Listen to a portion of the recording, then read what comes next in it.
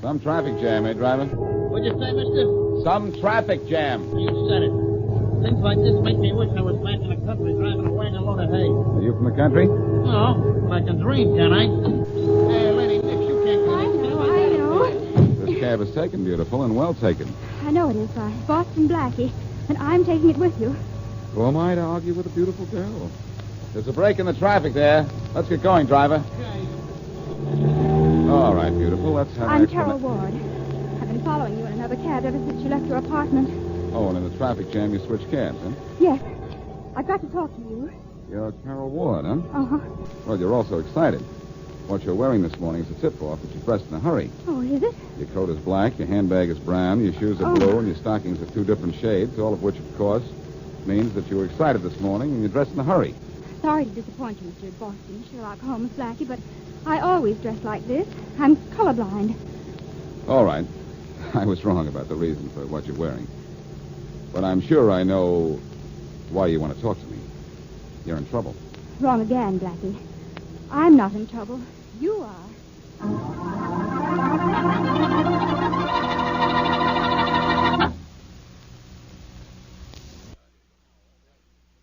As Boston Blackie, enemy to those who make him an enemy, friend to those who have no friend.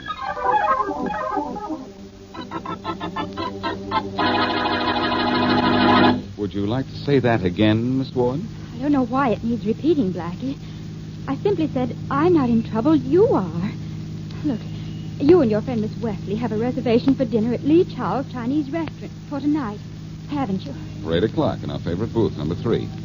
You have to make a reservation at Chow's or you don't get in. Don't go to Lee Chow's tonight. Why not? Will I get a splinter from the chopsticks? Don't go there, please. But why not? Miss Wesley and I both like Chinese food, and Lee Chow's has the best food in town, Chinese style. I know, but tonight Lee Chow's menu includes trouble. American style.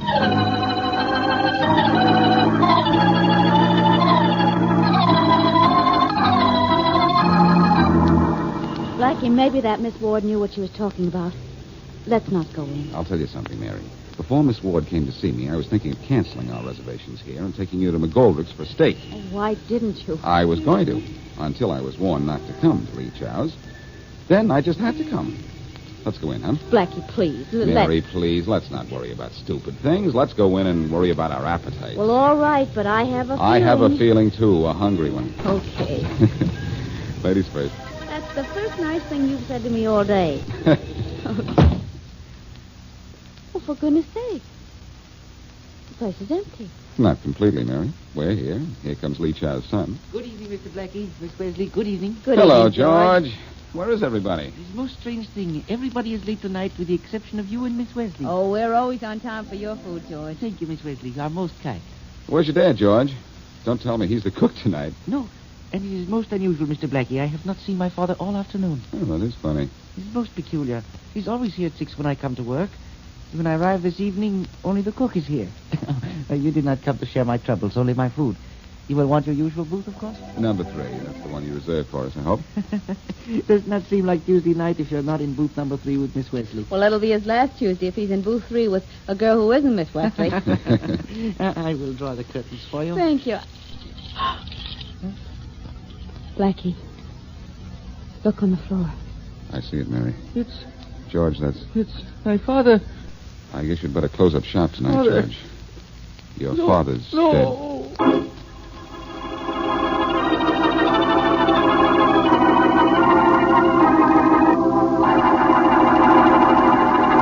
Is everything just the way it was, Blackie? Just as it was, Faraday. You didn't touch anything. Only the body, Faraday. See, it was dead, and the telephone to call you up. You, know the dead man? Yes, he's Lee Chow. He owned the place. Well, he doesn't own anything anymore. George, I guess this place will go to you now, won't it? Yes, it will. My father's only living son. What happened to the others, Chow? There was only one other. He was member of Armed Forces of the United States. Killed in Germany. Oh, too bad. Sorry to hear that. Who do you think could have killed your father, George? I mean, who was his enemy? My father had many friends, but no enemies. Then I guess we'll have to see his friends about this. You're not seeing anybody, Blackie. But you're going to let me help you on this, aren't you, Faraday? After all, I found the body. That's why I'm taking over from here. Oh, now, Faraday, don't tell me this is going to be that old routine again. You're not trying to say that just because I found the body, I'm the killer. No, but you're coming to headquarters as a material witness. I think I know who my killer is. You're looking at me, Inspector Faraday. Sure. I look at everything when I'm on a murder case. The restaurant was empty when Blackie came in here. Why? All tables and booths are reserved. All parties are late with the exception of Mr. Blackie and Miss Wesley. Okay, Chow. I want you at headquarters for questioning. But I think you're in the clear. Then I'm your chief suspect? Don't be so conceited, Blackie. You're not my chief anything, except nuisance. It is permitted to answer the telephone, Inspector. Yeah, go ahead, Chow. Thank you. Lee Charles, good evening. Hello. Is Boston Blackie there? Yes, one moment, please. It's a call for Mr. Blackie. Thanks, George. Probably Mary calling wait, to see before what... you answer that, Blackie. What's the matter, Faraday? Just wait. George, does that phone have an extension? Yes, Inspector, on the reservation desk over there. Thanks. All right, Blackie, you can take that call, but not till I say I'm ready. Aren't you clever, Faraday? All you're going to do is hear Mary say she's worried about me. Yeah? Well, I'm listening in, just in case she says something else.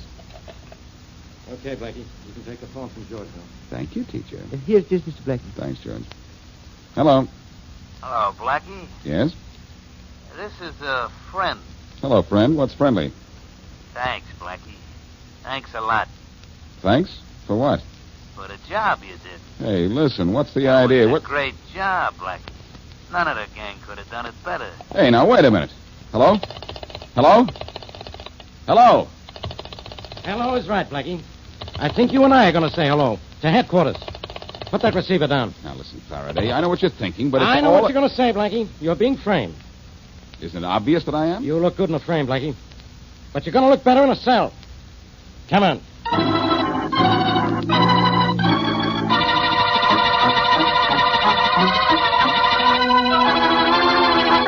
No, I'm sorry. This is the Smith Rogers Publishing Company. You must have the wrong number. Yes, now you were saying, Rogers. And I'm a little upset, Smith. Aren't we delaying our publication an awfully long time? Yes, we are. But you yourself know how difficult it is to get paper. Yes, I know. And I but- haven't as yet been able to make a suitable contract with the printing house. But we must, Smith, and soon. We will, Rogers, we will. But we have to do this thing right if we expect to make a reasonable profit out of it. I'm not interested in the money I'll make on this, Smith, and you know it.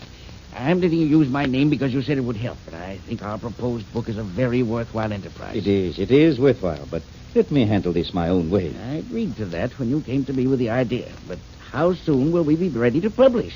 Well, here's the situation as it now stands.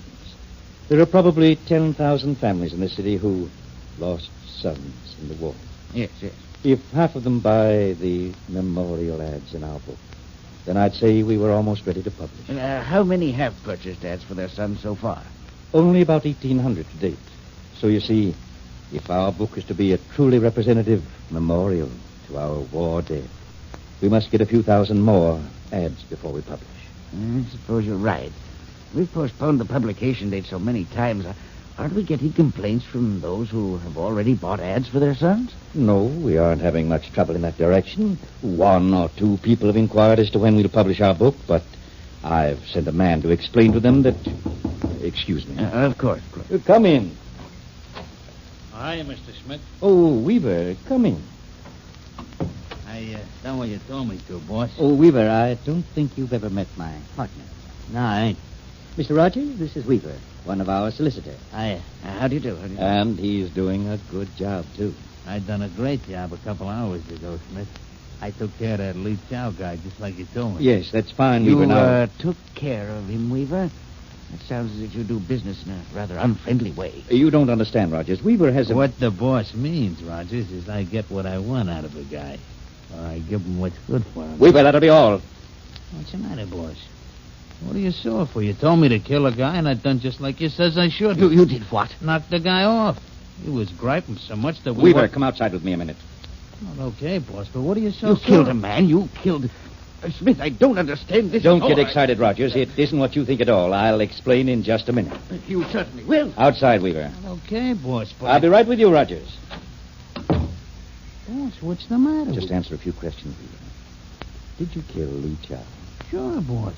He was complaining about not seeing the book yet, wasn't he? What did you do? Well, first I plugged the guy. Yes. Then I calls up all the parties what got reservations in the joint and cancels it. Uh-huh. But I don't call Boston Blackie and cancel his. So when Blackie gets to Charles, he's the only one in the joint. When he finds the body, the cops nab him for bumping the guy. Good work, Weaver. Sure.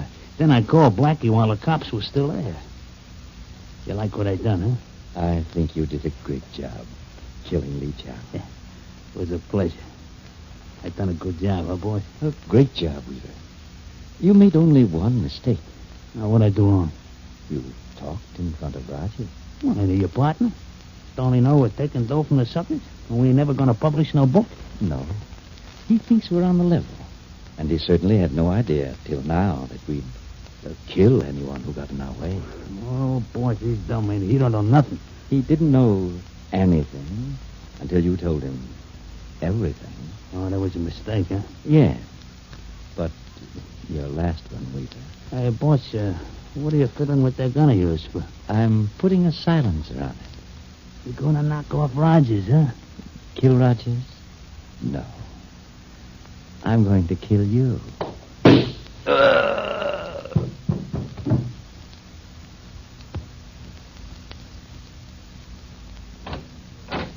Now, Rogers, where were we?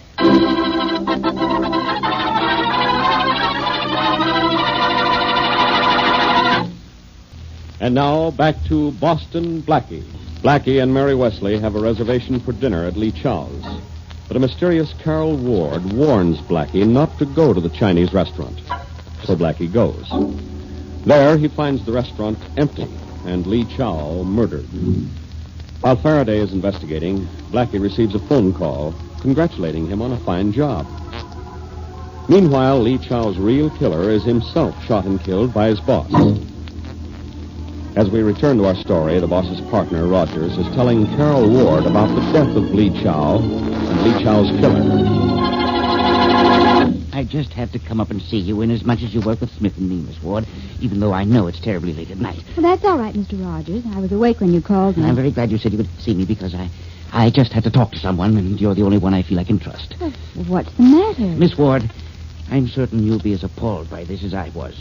But Mr. Smith ordered one of our salesmen to kill a client of ours who was complaining. What? Yes, a man named Lee Chow was shot and killed by one of our men, a fellow named Weaver. Weaver killed somebody? Why? It seems like this Lee Chow was complaining that we were delaying the publication of our book too long. Yes, I know we're Of delaying, course, but... there's a reason for the delay, but we don't kill clients who complain. Mr. Rogers. Yes. You're sure that Weaver killed Lee Chow? Yes. The worst of it is that Smith, my own business partner, ordered this Weaver to kill him. What? And worse yet, Miss Ward, I'm afraid Smith has now killed this fellow Weaver. Oh, good heavens. Well, Miss Ward, we aren't in legitimate enterprise dealing with businessmen. We're mixed up with a gang of cutthroats and killers. Oh, well, what do you think we ought to do? Call the police, of course. Do you think it's safe? If this man Smith has killed 2 people already, he'll think nothing of killing 2 more. If we can get to the police at once, we'll be safe. Yes, I guess you're right. Smith didn't follow you here, did he? No, I made sure no one followed me. I'm sure Smith doesn't suspect we're doing this. Well, I guess you're right. If we work fast, we'll be safe enough. I'll call the police right now. Good. Oh, you know the number? Oh, it's on the front of the phone book here. Oh, yes. Smith Rogers Publishing Company. Hello, police department? No, you have the wrong number. Yes, I want the police department. This is Carol Ward. Carol, what's the matter with you? I'd like to speak to the man in charge. What? Oh, you're in charge. Fine. Tell him everything, Miss Ward. I will, Mr. Rogers. Carol, Rogers is up there? What for? It's about the murder of Lee Chow. I know who killed him. What? Who told me, did you say? Well, you can tell him it's all right. Mr. Rogers told me all about it. He's here now. He knows who killed Lee Chow. A man named Weaver. And he knows that Weaver is dead, too. A man named Smith killed him. Well, that's dirty. He's going to the police, is he? Yes. If we both come right down if you want us to. Or would you rather come up here and talk to us? Hold him there, Carol. I'll be up right away. You'll send your man up right away? Yes, Carol. Keep him busy till I get there. I will. Goodbye. Are the police coming up here, Miss Ward? I'm worried. In a few minutes, you'll have nothing to worry about, Mr. Rogers. Believe me.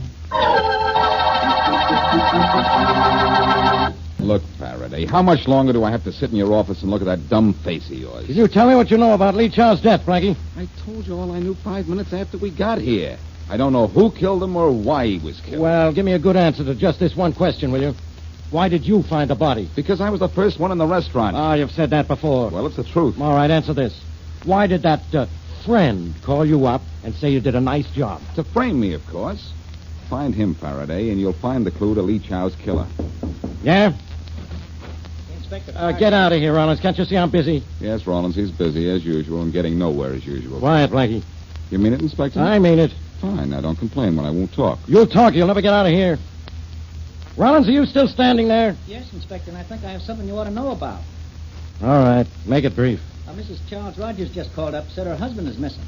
You interrupt me in the middle of a murder case to tell me that. Wait a minute, Inspector. I've got a complete description of the guy and what he's wearing written down here. Rollins, I ought to... He was wearing a tan suit, tan snap-brim hat, brown top coat, brown shirt, and a red and brown polka dot tie. I don't care if he was wearing no tie or a rope around his neck. I'm investigating a murder, and you have the nerve to come in here and... Listen, Inspector, here's the thing that's important. No. This Mr. Rogers' wife says when she last heard from him, he was going up to see Boston Blackie. What? Going up to see me? Yeah, to see you, Blackie. And his wife's afraid something's happened to him. Well, nothing's happened to him. I haven't been in my apartment all night. He's probably just up there waiting for me. Come on, Blackie. We're going up to your apartment. We don't want to have this missing guy missing any longer.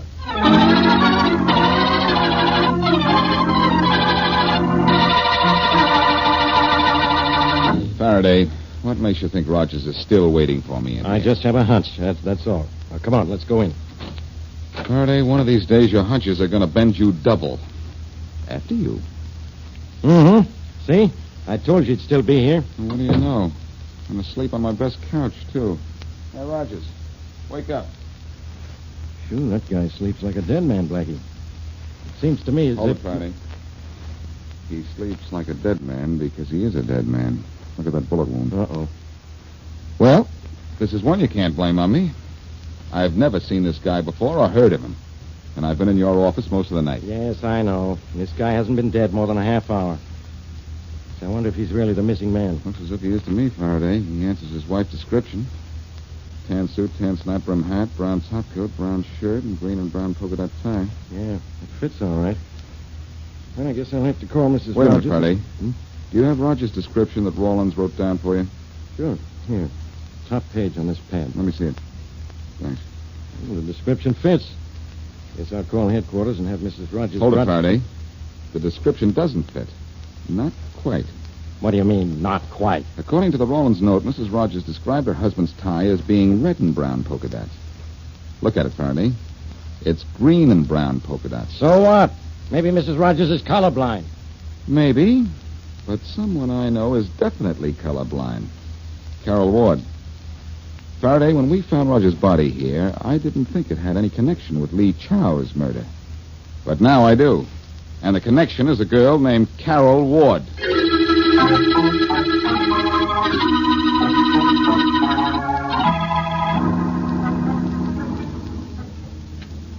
Can you get the apartment door open, Blackie? Yes, if you'll keep your back turned while I jimmy the lock. Don't want you to know any of my secrets. All right. Are you sure this is Carol Ward's apartment? Well, we found Rogers' address in his wallet and Carol Ward's telephone number on the desk pad at his house. Your telephone cross file says... Okay. I guess we're at the right place. The door's as good as open, Faraday. Now it is open. We've got to go in carefully. Someone might be waiting for us in here. I doubt it, Faraday. I made enough noise jimmying the lock to send anyone here out the window. Yeah, I guess you did. I wonder where the light switch is. I think I have it. There. Thanks to me and Mr. Edison, we can see what we're doing. Yeah? What are we doing? Waiting. And with the door open, too. I think we'd better close it. Sure. You know, Faraday, I have a hunch Rogers was killed in this apartment and then taken over to mine. Yeah? What makes you think so? Just a hunch, that's all. Maybe if we look around the... Oh, somebody's coming. Let me handle this. Hi, Faraday. I'll be behind these curtains here. Hello. Hello, Mrs. Rogers? Hello, Blackie. What are you doing up? What did you call me? Mrs. Rogers. You are Mrs. Rogers, aren't you? What gave you that idea? I'm Miss Carol Ward. You said you were Mrs. Rogers when you called the police. I'm not Mrs. Rogers. I never called the police. I think you'd better get out of here before I call them now.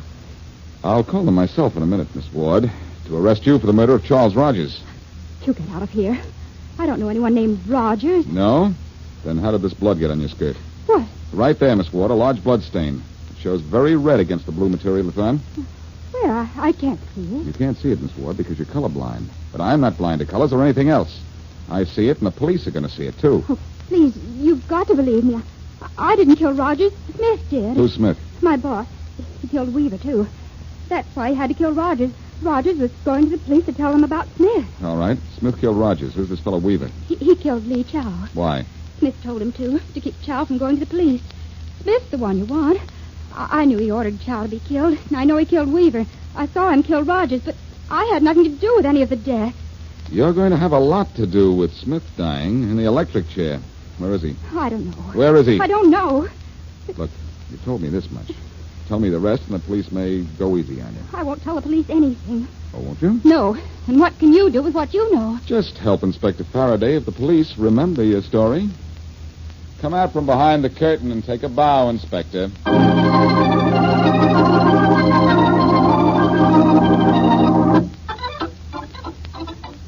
Daddy Blackie, tell me a story.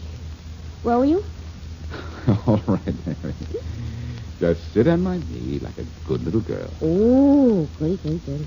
Now, what story would you like to hear tonight? Three Bears? Oh, no. I would like to hear the story about the 3 murders. All right.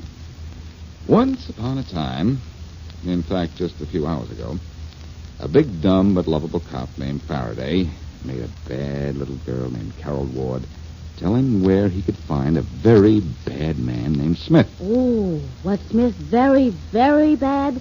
Yes, daughter Mary. He was very, very bad. He was selling memorial ads to people who lost sons in the war.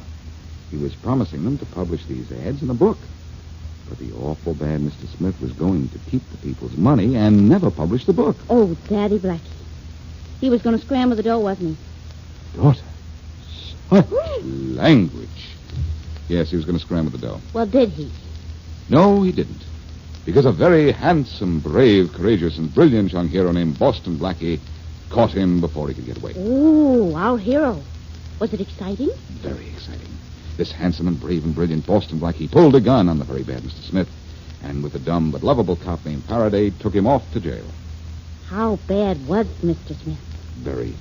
He put a dead man's body in the handsome Boston Blackie's apartment, and the very bad man had Carol Ward phone the police to put the blame on Blackie. But luckily, Blackie and Faraday were together when the call came in. Gosh. And the very bad Carol Ward first warned Blackie not to go to Lee Chow's, knowing that would make him sure to go. It seems this bad little girl was very colorblind. So, later to make her confess, Blackie said there was blood on her skirt. And because she had a guilty conscience, she looked. And was there a blood stain on the bad little girl's skirt? No. The handsome Boston Blackie was telling a white little fib. Gee whiz, gosh and golly. And what happened to the money the very bad Mr. Smith took from the innocent people? Every cent of it is going back to them. And that's how the story ends, huh? Yes, daughter. Except that everybody lived happily ever after, except Mr. Smith and Carol. And they aren't going to live very happily or very long either.